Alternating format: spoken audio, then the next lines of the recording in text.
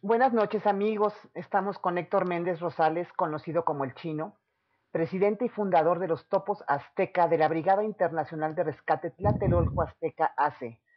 Muchas gracias, don Héctor, por concedernos esta entrevista y quisiéramos comenzar preguntándole, ¿quién es Héctor Méndez Rosales, mejor conocido como El Chino? Bueno, yo nací allí en la colonia Guerrero, en Nonoalco, cuando la unidad era un patio de ferrocarril. Llegaban ahí los soldados para las fiestas de septiembre, llegaban y trasladaban el ganado. Era un patio de ferrocarril y luego hicieron la unidad Tlatelolco. Entonces yo, cuando era niño, vi nacer y hacerse la unidad. Entonces era mi barrio. En el 85 yo ya me había casado, tenía mi esposa, mis hijas y ya había comprado una casa, tenía un carro nuevo, ya vivía en los suburbios de la capital. Me fui al norte porque hacia el sur se me hacía como que iba a crecer demasiado rápido, iba a estar muy congestionado. Entonces me fui para Ecatepec. El día del terremoto ya me iba a correr al cerro porque soy deportista. Vi la televisión, escuché el radio en el mismo momento, me di cuenta de la gravedad de la situación. Le dije a mi esposa, ahí te dejo papeles, ahí te dejo carro, ahí te dejo joyas, hay dinero, papeles de la casa, y te encargo a mis hijas, ya me voy. Y me fui a Tlatelolco a buscar a mi hermano Carlos, que vivía en la Guerrero. Pregunté por él y me dijeron todo el mundo que por ahí andaba. Vivíamos en Onoalco, entre Guerrero y Erosora, se llama Flores Magón. Llegó un convoy del ejército, preguntaban por el edificio Nuevo León, me trepo en el camión que va escoltando insignia en el estribo y los llevo al edificio Nuevo León y ahí me bajo y me meto en un hueco de un departamento, veo una huella de sangre en la pared, trato de escarbar y llega un soldado y me apunta con el rifle y me salí rapidísimo, ¿no? Continué caminando por los escombros y en los restos de un cubo de elevador, un grupo de gente trataba de sacar unos cadáveres y parecían gallinas, se esponjaron y me botaron. Continué caminando y sale un jovencito, Miguel Vázquez, de Policía Militar de Guardias Presidenciales, un chiquito con cara mexicana, nariz aguileña, ojos pequeñitos, así tipo asiático, delgado, y le pregunto que qué hacen. Entonces me comenta que tienen ahí dos mujeres atrapadas.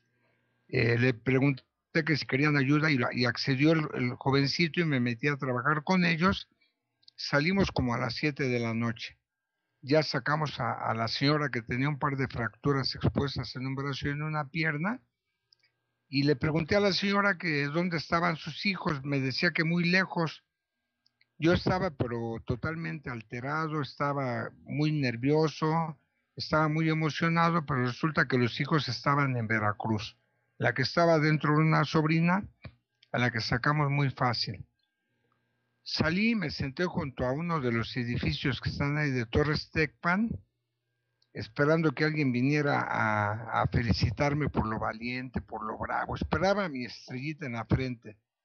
No llegó nadie y ahí en ese momento me di cuenta que había nacido el chino rescatista, el chino voluntario, una nueva manera de ver la vida, de pensar. Ahí en ese momento, en un instante cambió mi vida.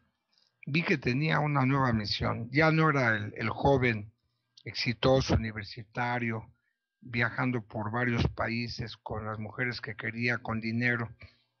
Era ya un nuevo hombre, ¿sí? Con una misión, ser útil, ser útil en una misión diferente en la vida.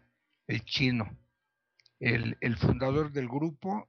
Esa noche me quedé trabajando toda la noche y en la mañana llegó gente y me preguntaron que a qué hora me fui.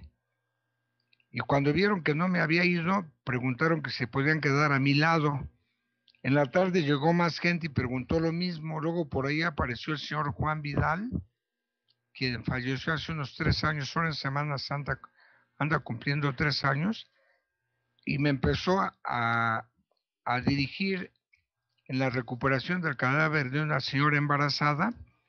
Ya me dijo cómo lo hiciera. Yo tenía muchísimo miedo de tocarla.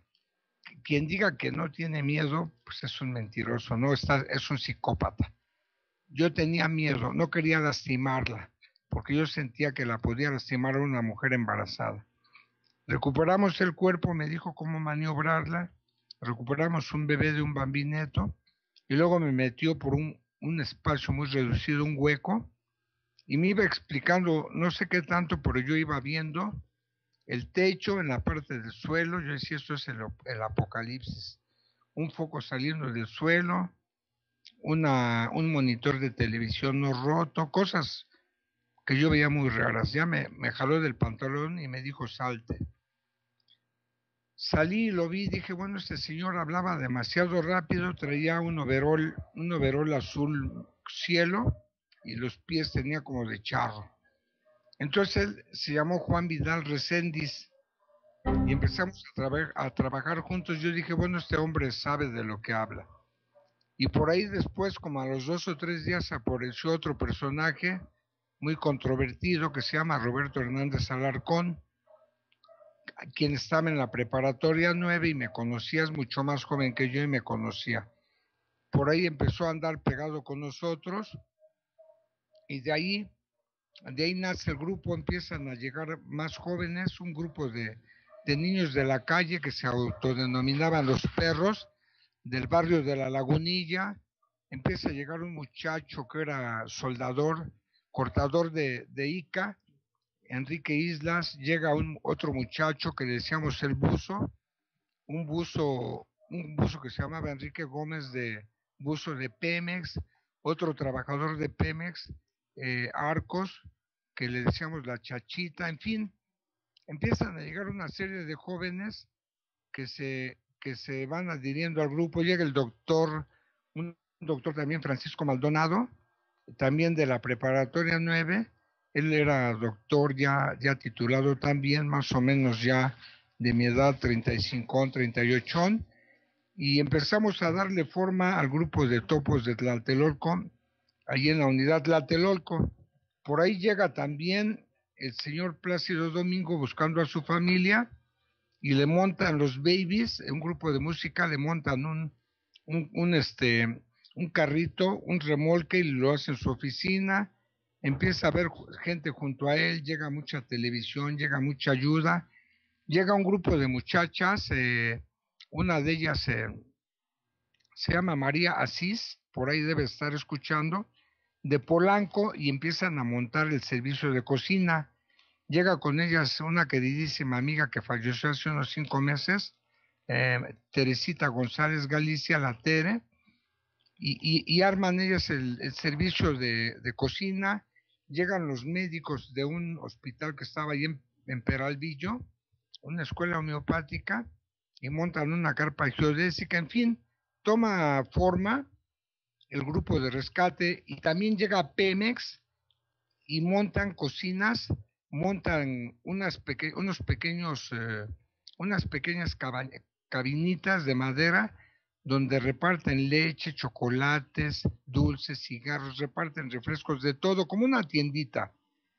Y también llegan con maquinaria y se ponen a trabajar con maquinaria, y es cuando empezamos a usar guantes, empezamos a usar botas, y empezamos a usar la ropa clásica de los petroleros, que es una ropa color beige, de tela muy gruesa, pero muy útil. Entonces, los primeros ropa que usamos para trabajo y zapatos nos la proporcionó Pemex.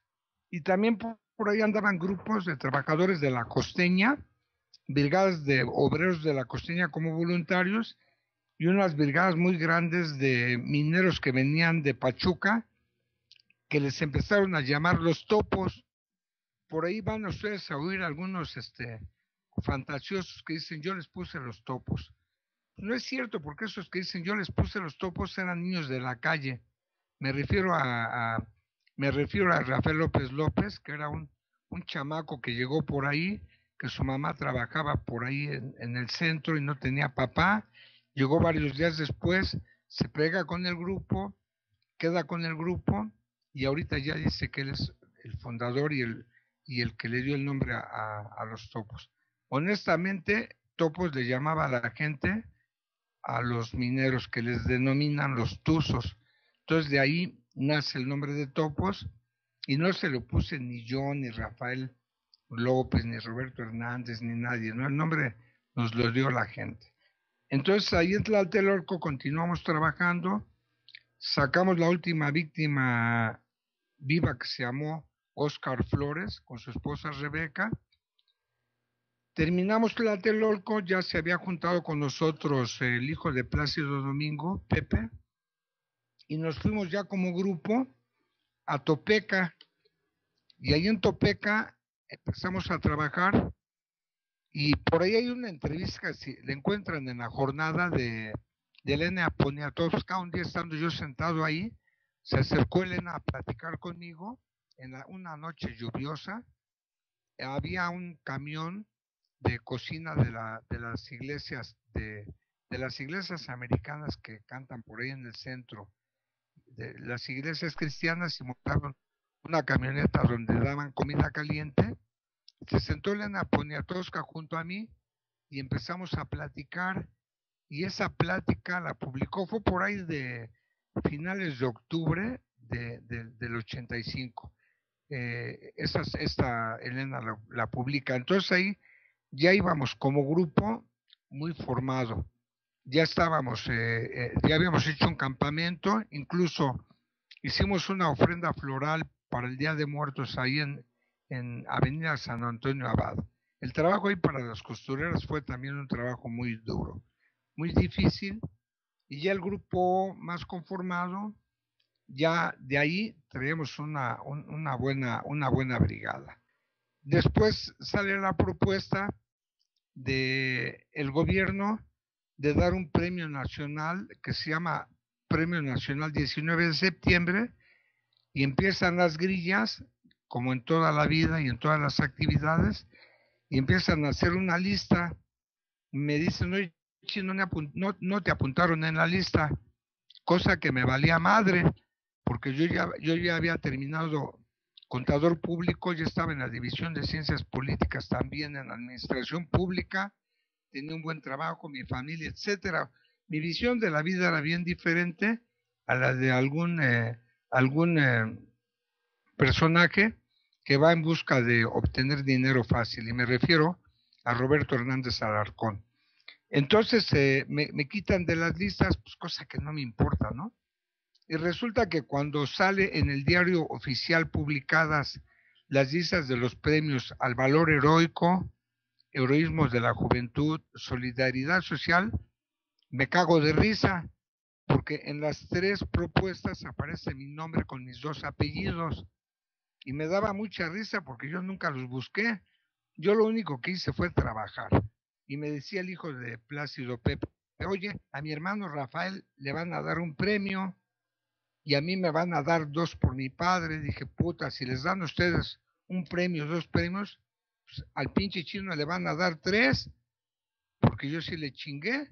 Pero yo no iba sobre absolutamente ningún premio ni ningún reconocimiento. Pero resulta que aparece publicado y sancionado en el diario oficial, y nos dan las mentadas medallas y los mentados reconocimientos, que por cierto un día un amigo mío me dijo, oye Chino, no jodas, güey, déjame ponerles un cuadro.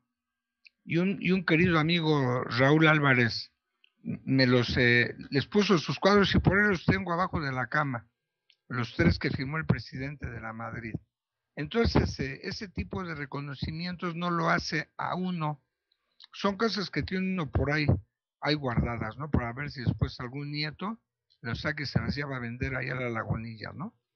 Entonces, de ahí nos vamos a la colonia Guerrero, a la calle de Zarco, Magnolia, Pedro Moreno, y empezamos a trabajar en unos programas de organización social para hacerles a las gentes en la calle albergue provisional con madera y con plástico que sacamos de las fábricas de Topeca, grandes rollos de plástico. Dijimos, bueno, esto es parte de las utilidades que están mostrencas. Bueno, ni tan mostrencas, ¿no? Porque estaban dentro de las fábricas, pero les dimos el título de mostrenco, una propiedad que se puede reclamar para uso social. Y empezamos a hacer los campamentos en la Guerrero, y de ahí nace una organización que se llama Campamentos Unidos, y empiezan a organizar a la gente. Durante un año empezamos a demoler en las colonias Guerrero, Atlampa, la colonia Margarita Maza de Juárez, y al siguiente año viene un gran terremoto en El Salvador, en la capital, en San Salvador. Ya nos vamos como dos grupos. Se lleva Roberto su grupo con los niños de la calle, que ya llevaba dinero que había dado el presidente de la Madrid, un cheque que agarró.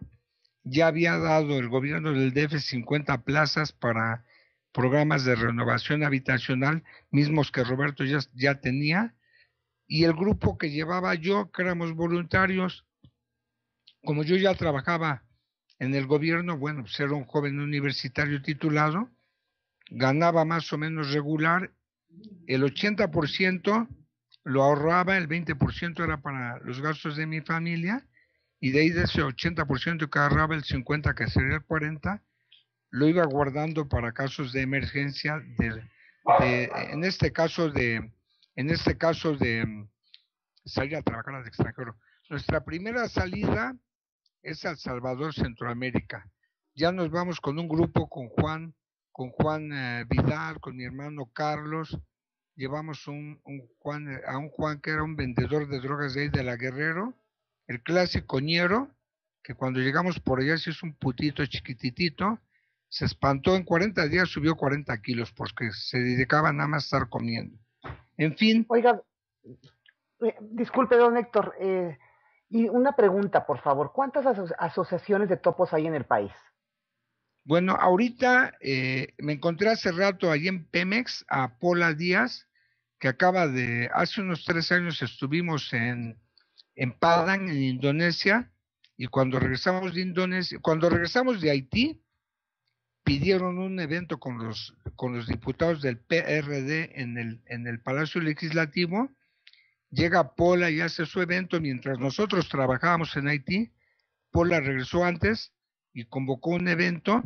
Llegó la señora Juana Huitrón, y se sube al templete y ella la baja y se pelean las comadres y la corren de la brigada 19 de septiembre y forma su grupo que se llama Brigada Adrenalina, Adrenalina Estrella, que ahorita ahí en Pemex le llamaban la Sonora Matancera, porque agregó a unos muchachos de Haití que no son rescatistas, son rescatados, son de la gente que el gobierno les dio asilo por cuestiones de humanidad, pero que pues ellos no mueven un dedo, ¿no? Son gente que vino huyendo de la situación tan terrible de Haití. Luego está la brigada de topos Tlatelolco que trae Rafael López. Luego por ahí anda otro cuate que se llama Roberto Hernández Alarcón, que por ahí hizo unas declaraciones un poco raras. Trae Topos México. Luego en Indonesia, a Padang llevaron un grupo que los topos de Cancún, apadrinados por Rafael López, y cometieron el gravísimo problema de que como no hablan indonés, llevaban su traductor que les asignó el señor Wilson Sitompul, secretario de Asuntos Políticos de Indonesia, les, les pone un traductor, y ese traductor le pasa la nota que de regreso, después de 8 días de trabajo durísimo en Indonesia, se regresan y se traen los señores con ellos un motor, un generador, y los agarran en el aeropuerto de Yakarta porque era un generador del gobierno de Indonesia, y me pasaron a mí la nota. Dije, bueno, pues actúen como corresponde, ¿no? Infórmenle a la gente de Marcelo Ebrard, porque esos señores son trabajadores de el DF. Entonces la gente de Cancún se sintió usada, se sintió engañada, y se quitaron el nombre de Topos Cancún y ahora son Brigada de Rescate Caritas Cancún. Entonces, ¿son 5 brigadas o 6? Sí, bueno, ahorita ya esos de Cancún ya no se llaman topos. Hace rato me llamó un señor para invitarme el martes a un evento de una brigada rotaria, pero ellos no le ponen topos, ¿no? Es Brigada Rotaria de Rescate, que nació hace unos 2 o 3 años cuando íbamos a ir a Haití, estaban tomando cursos con el ERUM, o sea, son hijos del ERUM, la brigada rotaria, pero ellos no se hacen llamar topos, ¿no? Es un grupo de Ah, gente, ¿no? Que andan de por ahí acuerdo. el martes a un evento.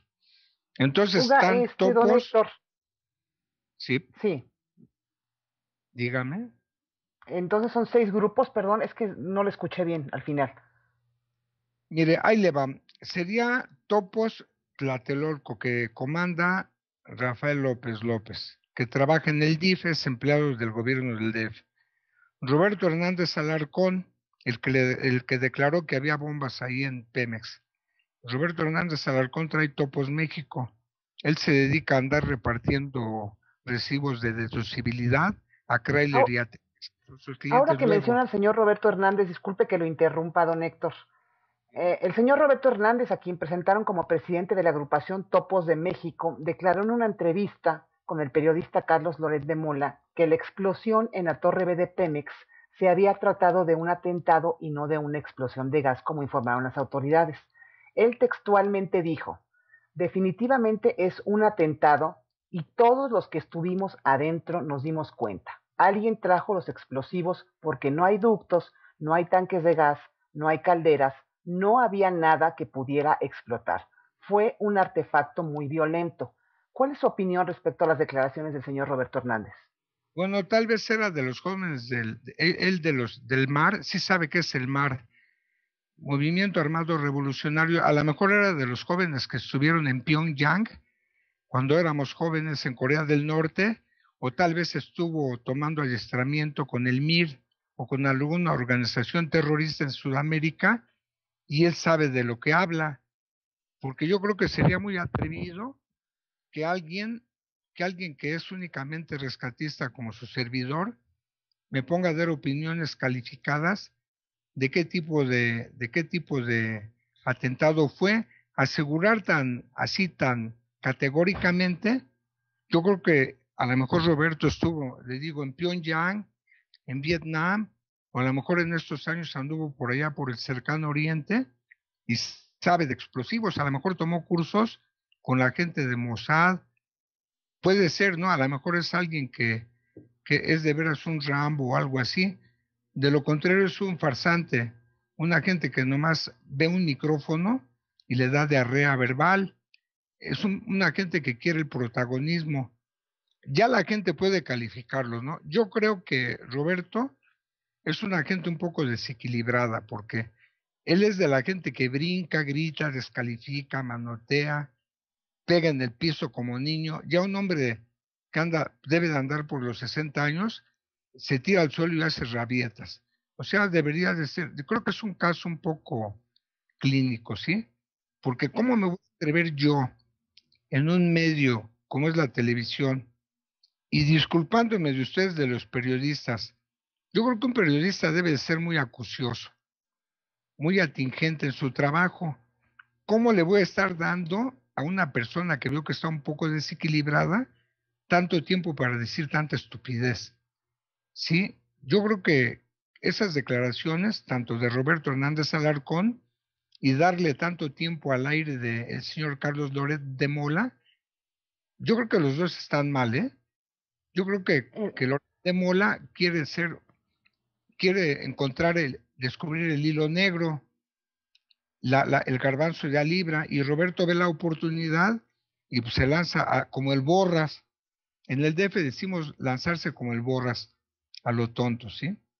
el señor Roberto Hernández también afirmó que no hubo organización en las labores de rescate, que el coordinador de Protección Civil de Gobernación, Luis Felipe Fuente, no se apareció hasta el tercer día, que el secretario de Protección Civil del Distrito Federal y de Azcapotzalco tampoco se presentaron y que no había puesto de mando que dirigiera estas labores. ¿Hubo o no coordinación y qué nos puede platicar al respecto? Bueno, Roberto dice que hasta el tercer día ¿cómo se atreve? Él estuvo un ratito, andaba por ahí dándose la vuelta, andaba paseando, andaba pendejeando.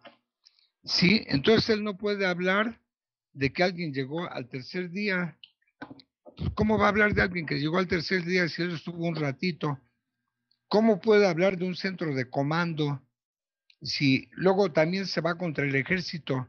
Habla que el plan de DN3 y da una serie de explicaciones, para nosotros los que sabemos, tontas, por no decir una palabra más fuerte. Mire, señorita, nosotros estuvimos trabajando en El Salvador con el ejército mexicano, cuando el terremoto en Santa Tecla, en un lugar que se llamó el Cafetalón, nuestro ejército, que es, creo, la representación más digna de México que hay en el extranjero, en estos casos. Luego estuvimos en Pereira y en Armenia, en Colombia, con el ejército mexicano. Estuvimos en Bolivia, en Totora y en Aikile. Vimos a los muchachos en Indonesia porque cuando regresamos del tsunami volvimos a regresar a atender a un pesantren. Un pesantren es un hospicio para niños en un lugar que se llama Loxemawi y encontramos a nuestro ejército.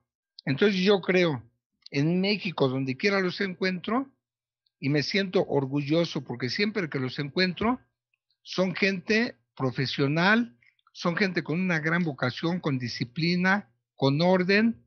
Bueno, el ejército yo creo que de ellos debemos aprender mucho. Y es muy aventurado y muy estúpido descalificar al ejército. Mire, también en Haití estuvimos trabajando en el Hotel Montana, en la Presidencia de la República, en la universidad, en el Citibank, tanto con binomios de la Policía Federal como con binomios de la Marina y por ahí hay mucho material gráfico. Entonces, si alguien se atreve a llegar a decir que no hay coordinación, es por puro oportunismo. El señor es un oportunista irresponsable, porque yo sí le puedo decir, porque muchísimas veces en el extranjero y dentro de mi país siempre he visto cómo trabaja el ejército, la marina y actualmente hace pocos años los muchachos de la Policía Federal con sus binomios son gente muy profesional. El grupo que estuvo en Pemex de Policía Federal no llevaban montón, llevaban gente especializada de rescate. Y muchos de ellos los conocimos en Haití.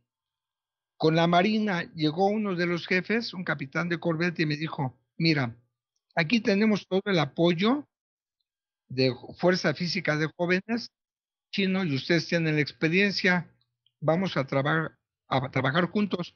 Entonces, en donde estuvimos trabajando los topos aztecas, estuvimos al mismo tiempo con nuestros queridísimos hermanos de bomberos de Pemex y con los valerosos y valiosos muchachos de la Marina. Otro cuadrante lo tenía la policía, pero también altamente eficientes. Entonces, yo creo que es muy atrevido y muy estúpido y muy sinvergüenza quien se pone a hablar así de nuestras autoridades. Y yo creo que él muerde la mano, ¿eh? Porque él se dedica a repartir recibos de deducibilidad, le da a Telmex y a Chrysler. Cada que salimos, dicen mis muchachos.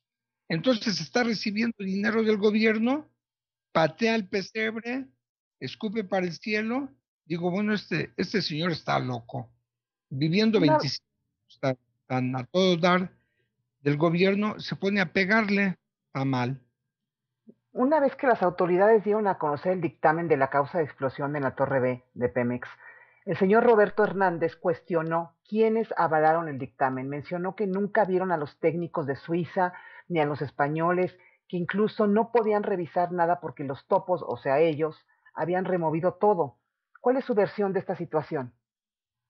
Yo creo que el señor, como le decía, estuvo un ratito por ahí. Yo entré por la parte de donde está la explanada, donde está la cabeza de Lázaro Cárdenas, y me encontré gente de Estados Unidos y yo traigo un escudo que me dio el Cuerpo de Marinos de Estados Unidos porque capacitamos marinos de los denominados civis en el Hotel Montana. A petición del ejército americano trabajamos un mes recuperando víctimas de funcionarios americanos y estamos familiarizados cómo trabajan ellos, ¿sí? Trabajé también en Torres Gemelas, trabajé en Katrina, en Luisiana, entonces estoy familiarizado a cómo trabajan. Entonces, si yo veo, como decía el periodista aquel buen día, si ves un pato, un animal que es palmípedo, usa plumas, tiene pico y hace cuá cuá, asumes que el que va entre ellos es un pato. Yo llego aquí en las oficinas de Pemex y veo un grupo de gente americana y los escucho hablar con el acento clásico americano. Digo, pues estos son americanos y no vinieron a picar piedra, vienen a hacer otro tipo de trabajo. Escuchó por ahí a otra gente hablando en francés. Dijo yo digo, esta gente viene de Europa. Entonces vi una serie de grupos de técnicos. Yo no les pregunté a qué venían, ¿no? Porque yo estaba haciendo lo que me corresponde, meter las narizotas en los sótanos, mover escombros, tratar de ubicar los cadáveres que nos hacían falta para hacer la recuperación, pero lo que alcancé yo a ver, sí había técnicos. Entonces es muy atrevido decir que no había, nada más por abrir la bocota, ¿sí? Como le gustaba. En el teléfono les da diarrea verbal, ¿sí? Abren la boca a lo tonto. Don Héctor, entonces usted afirma de que sí hubo coordinación por parte de estas autoridades.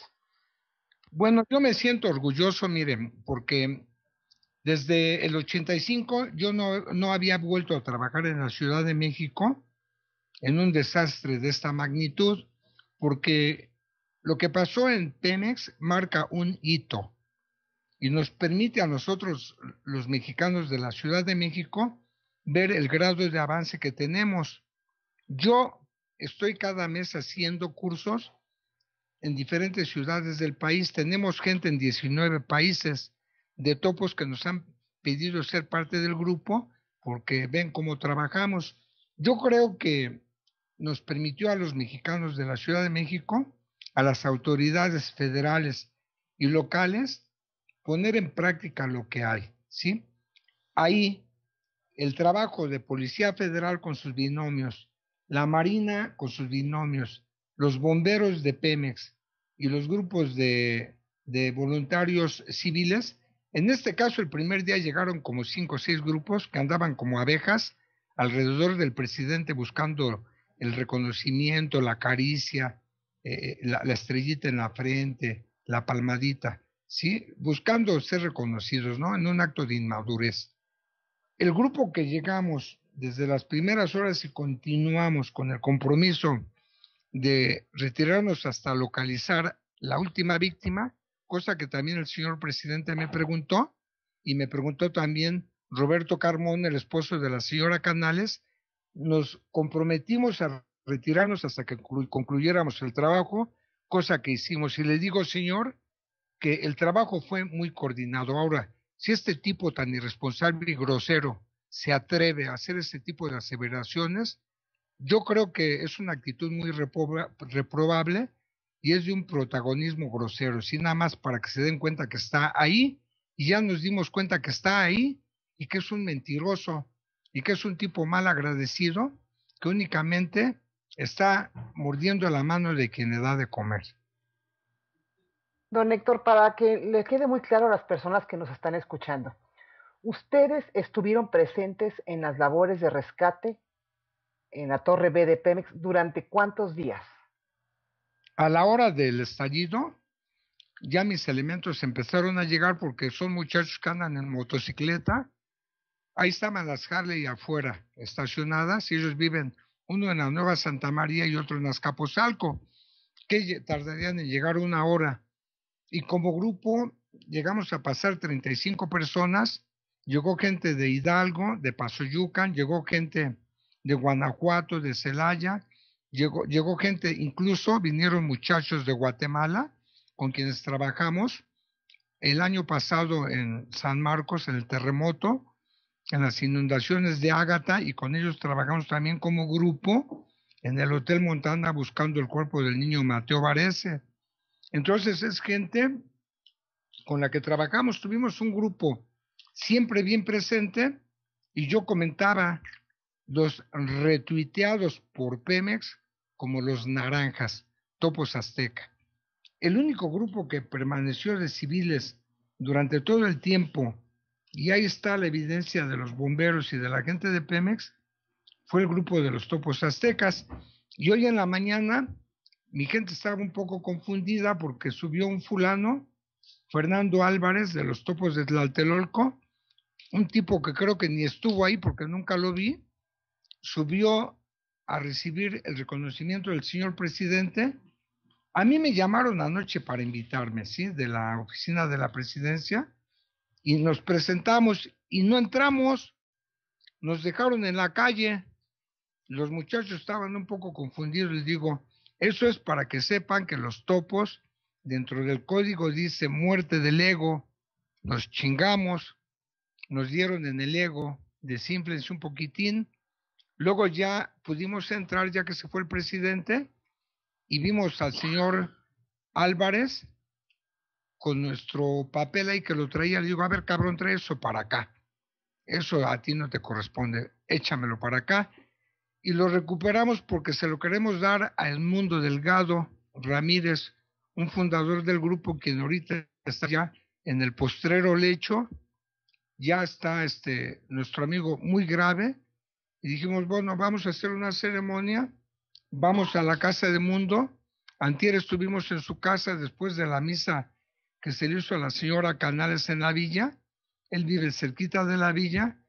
Fuimos un gran grupo de topos a ver a nuestro amigo. Dijimos, bueno, ese pinche papel se lo vamos a llevar a Mundo, sí, porque es un reconocimiento para el grupo y queremos que el recipendario sea nuestro amigo Mundo Delgado, quien viene desde el 85. Entonces, imagínense, ayer platicábamos de las cosas que se dan tan chuscas en la vida y hoy en la mañana se repite el oportunismo, la simulación.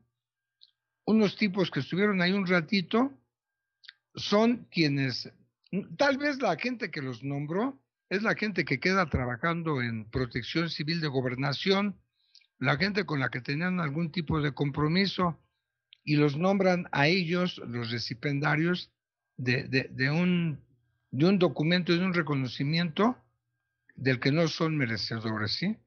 Le digo a los muchachos, bueno, aquí ya lo traemos con nosotros, ¿sí? Pero marca uno y señala uno esas lacras, que se hace una ceremonia en la Embajada de Japón a raíz del terremoto y el tsunami del departamento de Miyagi.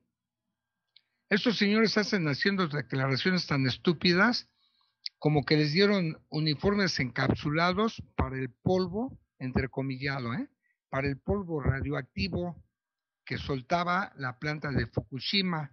Digo, cabrón, la planta de Fukushima no soltaba polvo, emitía radiación y la radiación penetra hasta el acero, ¿verdad?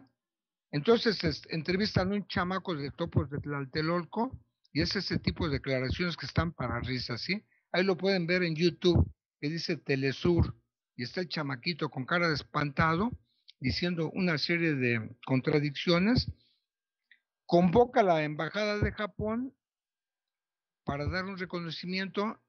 Yo creo que la embajada se mete al internet y ve topos y manda a llamar a estos fulanos y con esa cara dura van y reciben ese reconocimiento y después me dice la directora de una escuela que está el 5 de febrero y eje 3, oiga, señor Méndez, en mi embajada hubo un evento en el que yo les pregunté por usted y me dicen que tiene años que no trabaja. Yo me ofendí porque yo a usted lo estoy viendo en la televisión y usted es parte del grupo de mi vecino que está ahí enfrente con su negocio.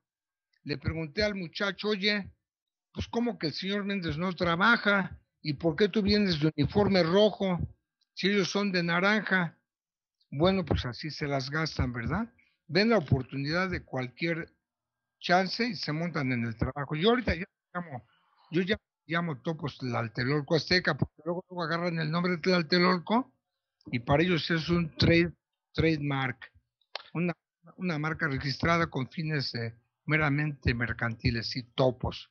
Y Don por ahí, Héctor, perdón, don Héctor, ¿y qué opina usted de los resultados de las investigaciones hasta el momento que ha dado a conocer el gobierno de la tragedia de Pemex? mire, hoy en la mañana anduvimos por ahí, y ya que se fue el presidente, nos metimos porque nos invitaron nuestros cuates, los bomberos. Llegue usted ahí a las oficinas de Pemex y estaban encabronados, ¿sí? Porque decían, oye, ese fulano que recogió el papel, ¿quién es? Nunca lo vimos, ¿quiénes son? Sí, los de rojo no los conocen. Tuvimos la oportunidad de reingresar nuevamente a ver y visitar a nuestros amigos y vemos que siguen trabajando. ¿Qué avances tienen? Yo quiero ser sinceramente honesto, no sé. No sé por qué. Me refería específicamente a la declaración de que la tragedia se debió, al parecer, por acumulación de gases y a esa situación. ¿Usted qué opina de esto?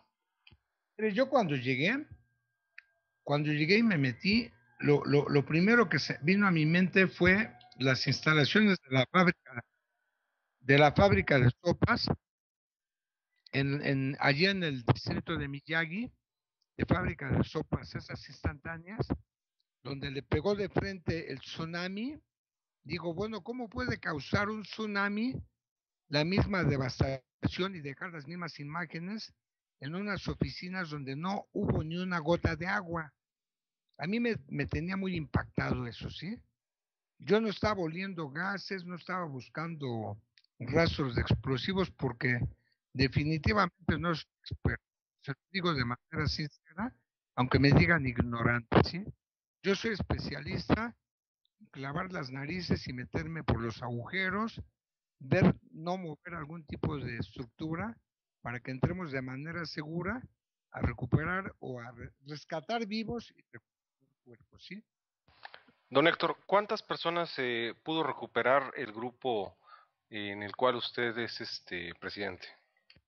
Mire, le digo con todo respeto, desde hace años nosotros tratamos de no llevar una contabilidad. Lo que sí le aseguro es que desde que llegamos hicimos recuperaciones, incluso rescates de personas con vidas. Pero no llevamos eso porque sería una gloria, una cosa grosera, ¿sí? Hablar de cuentas como si fuera algún partido de fútbol americano, básquetbol, etcétera. No lo acostumbramos. Muy bien. Dentro de las imágenes que causaron mucho revuelo en las redes sociales, están algunas de contenedores especiales de bombas, no sé si sea de la Marina o del Ejército, que estuvieron cerca pues de las instalaciones donde ocurrió la tragedia de Pemex. Esas contenedores, normalmente en alguna tragedia cuando el ejército tiene que asistir, ¿trasladan ese tipo de contenedores? No sé a qué se refiere. Yo no vi contenedores. O sea, yo llegué, me metí a las oficinas y el trabajo de nosotros era de los polígonos.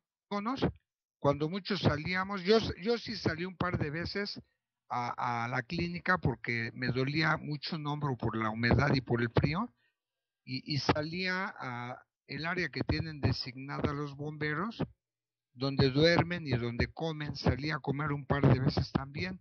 O sea, el ámbito de trabajo de nosotros era dentro de las instalaciones. Ocasionalmente alguien salía a algo, pero como grupo nos mantenemos siempre en el lugar donde llegamos y honestamente le digo que no sé a qué contenedores se refiere. Bueno, son algunas imágenes que estuvieron circulando por las redes sociales. A esas me refería. Por eso le preguntaba que si usted bueno, si usted sabía si el ejército trasladaba este tipo de contenedores y bueno, ya nos comenta que no las vio. Si no las vi. Me Sí, comenta una persona, hace una pregunta en el chat, el usuario Cara Blandengue. Dice, ¿en qué otra parte del mundo ha notado una explosión similar? bueno, no similar, donde vi terrible devastación fue en las Torres Gemelas.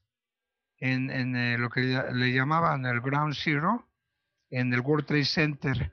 Ahí llegué con un grupo el día 15 de septiembre y logré entrar el 16 y con un grupo de gente de Florida, y traían un poco de pelea, el grupo de rescate de Florida y el grupo de Condado Dade.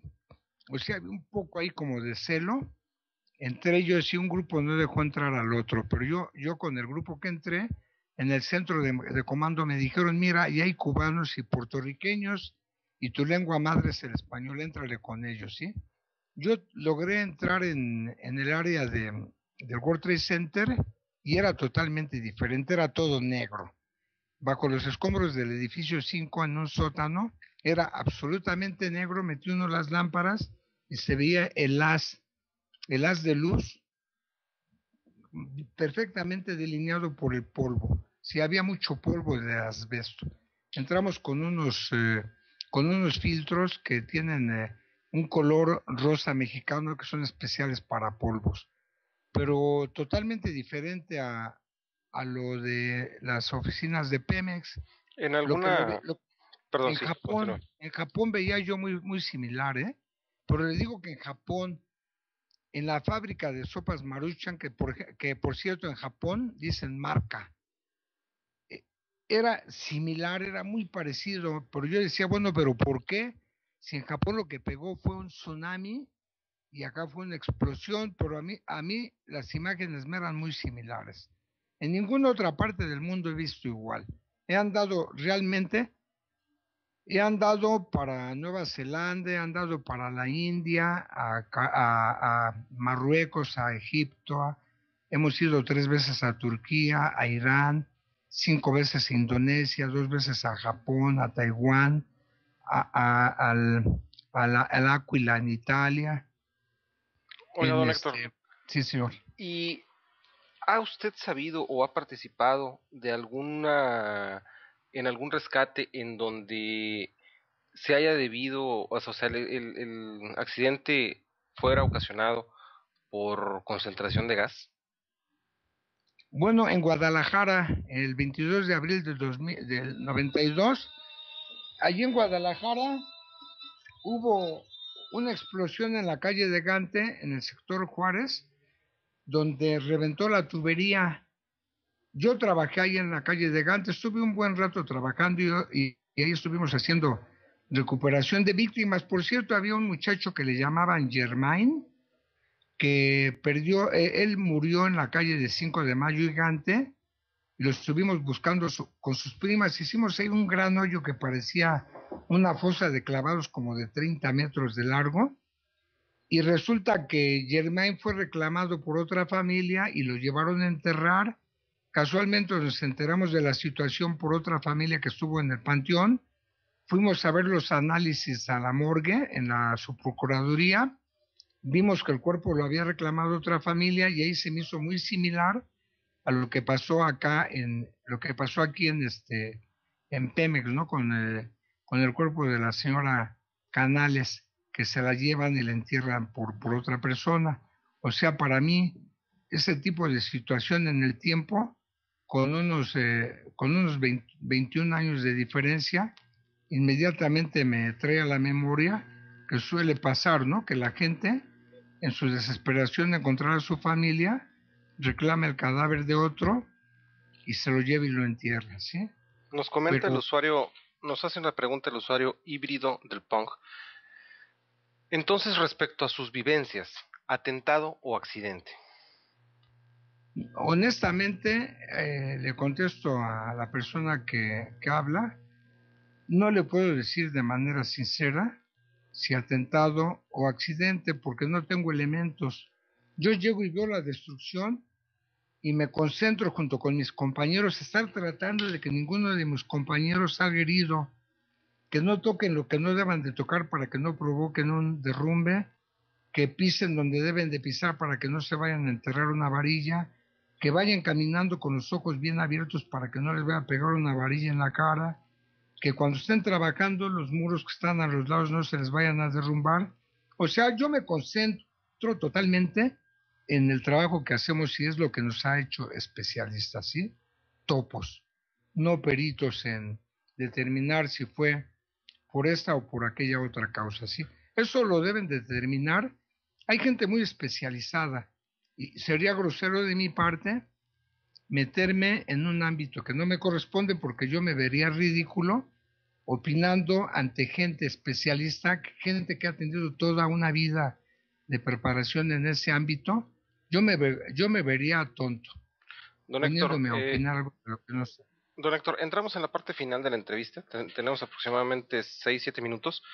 Y si ya no tenemos más preguntas del chat, que les invito a que hagan algunas y por ahí todavía tienen alguna pregunta, me gustaría que nos comentara al respecto de cómo es el, la coordinación entre los diferentes grupos de topos. O sea, por ejemplo, ya nos comentó que están que los rojos, que ustedes son los naranjas, los diferentes grupos, tanto los grupos de asociaciones civiles y los cuerpos del Estado. ¿Cómo se hace esa coordinación? Mire, hay mucho celo, ¿sí? Los organismos oficiales nos descalifican porque son gente profesional en cuanto a que les pagan.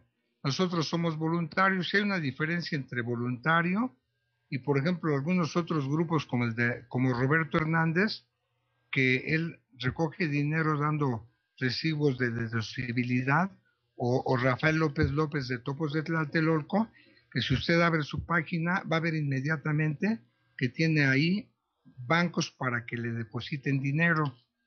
Roberto Hernández también dice, ayúdanos a ser más grandes. Viven de eso, ¿sí? Ellos no son voluntarios, son mercenarios, porque viven de eso. Se vive para esto, no de esto. Ahora, por ejemplo, yo voy a Indonesia y el gobierno del Distrito Federal manda un grupo, la BR-19, encabezada por un muchacho que no tiene absolutamente nada de experiencia. En Japón se corta y se va a falluquear y deja abandonado a su grupo, deja abandonado a Pola, deja abandonado al Tiburón, abandonado a Blancarte y andan como perritos sin dueño. Entonces, como parte de un grupo formal y un grupo responsable, los adoptamos. A veces se dan puñaladas por la espalda, ¿sí? Porque son gente que muerde la mano, son gente mal agradecida. Sin embargo, los jalamos, los protegemos, los cuidamos y los devolvemos. Sí, respecto a grupo de BR-19 del grupo que nace en esta ocasión de ahí nace el grupo Adrenalina que comanda Pola Díaz, que ahora trae un grupo de muchachos de Haití, que ahí en los bomberos en Pemex decían que era la Sonora Matancera, porque traía gente de color, que los veían ahí nada más paseando. Le digo, pues ¿cómo van a ponerse a trabajar? Estos muchachos traen el trauma de su terremoto y esta gente en su propio país no trabajaba. Ellos salieron de su país por cuestiones de humanidad de nuestro país hacia Haití. Entonces se les pone una camiseta amarilla y ya se les hace creer que son voluntarios. Ese es el grupo de la Brigada Adrenalina, los Topos Rojos, que por cierto hoy en la mañana Fernando Álvarez sube a recoger un reconocimiento que da el presidente y él dice, hace rato le hicieron una entrevista y él asegura que Héctor Méndez, yo, el pinche chino, dice que yo soy Roberto Hernández Alarcón. Si ustedes se meten en las páginas en internet y investigan un poco, Roberto tiene unas pestañas de burro, grandotas, pelo lacio, un poco güero, chaparrito, cascorbo, gritón, de mal genio. Yo soy de otro tipo, a mí me dicen chino porque parezco oriental y soy más alto y tengo un movimiento a 66 años más atlético, tengo otra mentalidad de la vida, tengo otros fines, tengo otros métodos. Entonces, si me comparan con Roberto Hernández, es como si yo fuera un BMW nuevo y Roberto Hernández un Volkswagen ya de los que sacó el gobierno del DF de circulación. Ambos somos vehículos, servimos para lo mismo, pero me cae que hay una diferencia. Este cuate Don Héctor, sinvergüenza de... Sí, perdón que lo interrumpa, ya estamos con el tiempo encima. Tengo dos preguntas que son muy importantes. Venga. Cara Blandengue nos dice, ¿notó algún olor raro a gas o explosión, pólvora, etcétera? Y otro usuario, Vampire Cruz, nos dice, ¿entonces son falsas las declaraciones de los señores Álvarez y Hernández? Si me pudiera, tenemos 2 minutos Sí, más o menos. correcto, sí, no olía más que a lo que tiene cada olor en cada desastre en el mundo. En las oficinas de Pemex, en el sótano, olía a humedad. Bueno, es más, ni siquiera olía como en otros países a muerto, a cadáver. Por la humedad y por el clima que había y por la rapidez con que se recuperaron las víctimas, no olía a cadáver, pero tampoco olía a gas o no olía a algo que molesta la nariz, no olía a nada más que a humedad, ¿sí? Y respecto a Roberto Hernández y al señor Fernando Álvarez, Fernando Álvarez es un sinvergüenza igual que su jefe, el pillo de Rafael López López, que fueron los que se robaron el generador en Indonesia y me mandaron a llamar de la Embajada de Indonesia Wilson Sitompul, el secretario de Asuntos Políticos. Pueden consultarlo con él. ¿Sí? No tienen autoridad ni tienen calidad moral para andar abriendo la bocota, ¿sí? Decir que yo soy Roberto, que somos lo mismo. Más bien, Roberto Hernández era el dueño, gerente o propietario de Topos de Tlatelolco porque él hizo una asociación civil y en su locura, cuando le dio el presidente de la Madrid un cheque, cuando le dio el gobierno del DF 50 plazas para los topos, agarró una temporada de alcoholismo, dejó botados los papeles, los recogió Rafael López López, los sacudió y continuó con el grupo de topos de Tlatelolco. Más bien el papá de topos de Tlatelolco es Roberto Hernández, quien ahora es el dueño de otra organización lucrativa que se llama Topos México. Don Héctor, Más bien ellos son lo mismo. don Héctor, hay la última Es, pregunta ya porque tenemos prácticamente nada más un minuto. Arnie Ávila nos pregunta, o le pregunta a usted, ¿todo es un pues, complot para vender Pemex? no, hombre, ¿qué va a ser complot? Son una bola de sinvergüenzas estos cuates, son oportunistas. Roberto Hernández va a seguir tratando de Yo me sacarle dinero imagino, a Pemex. señor Don Héctor, yo no creo que la pregunta vaya enfocada hacia Álvarez o a Hernández. Yo me Bueno, refiero hacia hacia la Pemex. explosión de Pemex en sí. Pues mire, yo le digo una cosa respecto a la política económica del país, con sus metas, con sus proyectos, pues pregúntenle a las autoridades hacendarias de economía, esos son proyectos ya de economía del país como país, sí, ya son proyectos a nivel nacional que habría que hacer unos análisis muy profundos, muy acuciosos de política económica del país, a ver qué es lo que pasa, ¿sí? Hay muchísima literatura para ponerse a investigar, a ver qué es la tendencia económica del país económicamente hacia qué se va a hacer con los hidrocarburos. Don Héctor, pues le agradecemos mucho su amable participación, su tiempo, y bueno, pues les agradecemos también a las personas que nos escucharon. Eh, no me queda otra cosa más que, pues, eh, invitarlos. En este momento continuamos con la primera participación de nuestro amigo Aris, informando México con Aris. Entonces, no se vayan, por favor. Este es el primer programa de una serie de programas semanales los días viernes a las 10:30 de la noche. Entonces, acompáñenos, por favor. Muchísimas gracias, don Héctor. Gracias, Grionautas. Gracias, Berserk. Buenas noches. Paro grabaciones y me salgo para que pueda iniciar Berserk con su programa. Gracias. Muchas Slamat gracias, malam. don Héctor. Slamat malam.